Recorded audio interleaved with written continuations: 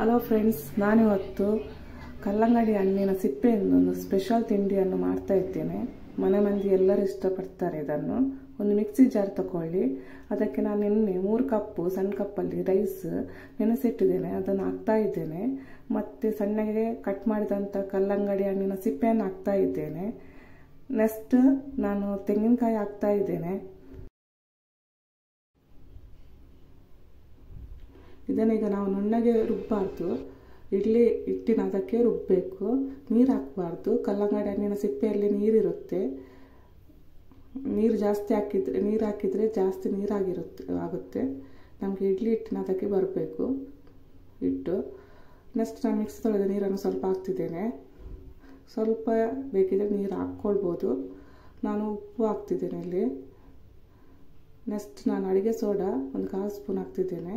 ಹಾಕಿ ಚೆನ್ನಾಗಿ ಮಿಕ್ಸ್ ಮಾಡಬೇಕು. ಇಡ್ಲಿ ಹಿಟ್ಟಿನ ಅದಕ್ಕೆ ಇರಬೇಕು, ಜಾಸ್ತಿ ನೀರು ಮಾಡಬೇಡಿ.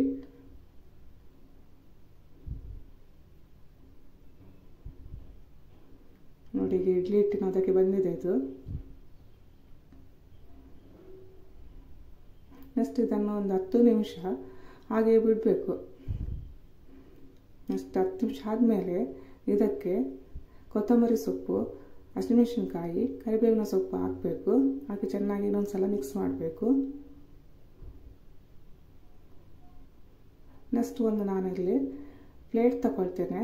ಆ ಪ್ಲೇಟಿಗೆ ತಟ್ಟೆ ಇರುತ್ತಲ್ಲ ಊಟ ಮಾಡೋದು, ಅದಕ್ಕೆ ಸ್ವಲ್ಪ ಎಣ್ಣೆ ಚೆನ್ನಾಗಿ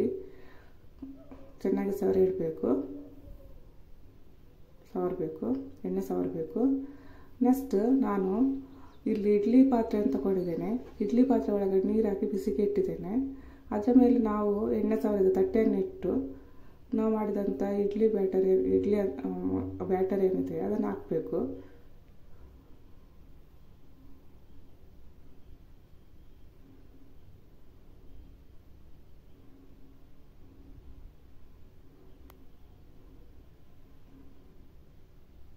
ಈಗ ಇದನ್ನು 20ರಿಂದ 25 ನಿಮಿಷ ಸ್ಟೀಮ್ ಕೊಡಬೇಕು, ಬೇಯಿಸಬೇಕು.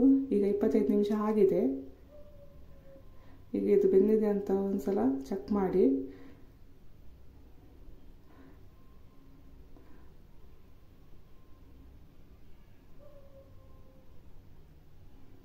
ಈಗ ಬೆಂದಿದೆ.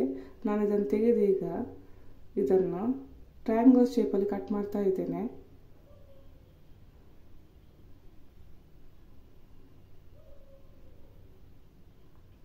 ಇದನ್ನು ಹೀಗೆ ತಿನ್ಬೋದು, ಚೆನ್ನಾಗಿರುತ್ತೆ.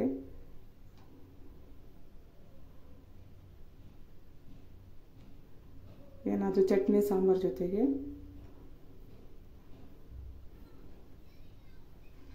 ನೆಕ್ಸ್ಟ್ ನಾನು ಇದನ್ನು ಎಲ್ಲ ಕಟ್ ಮಾಡಿದಂಥ ಟ್ರಯಾಂಗಲ್ ಶೇಪನ್ನು ತೆಗೆದು ಇನ್ನೊಂದು ಪ್ಲೇಟಿಗೆ ಹಾಕ್ತಾ ಇದ್ದೇನೆ.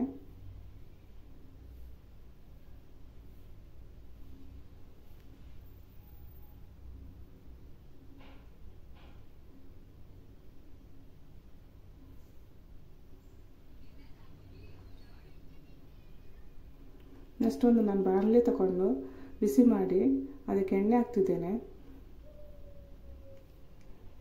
ಎಣ್ಣೆ ಬಿಸಿಯಾದ ಮೇಲೆ ನಾವು ಮಾಡಿದಂಥ ಟ್ರಯಾಂಗಲ್ ಶೇಪ್ ಏನಿದೆಯಾ ಅದನ್ನು ಹಾಕಿ ಫ್ರೈ ಮಾಡಬೇಕು.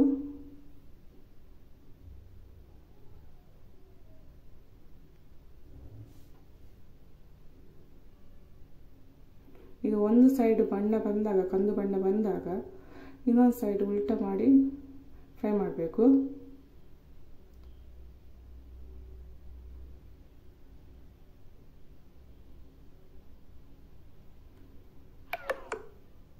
ಈಗ ಇನ್ನೊಂದು ಸೈಡ್ ಫ್ರೈ ಆಗಿದೆ, ನಾನು ತೆಗ್ತಾ ಇದ್ದೇನೆ.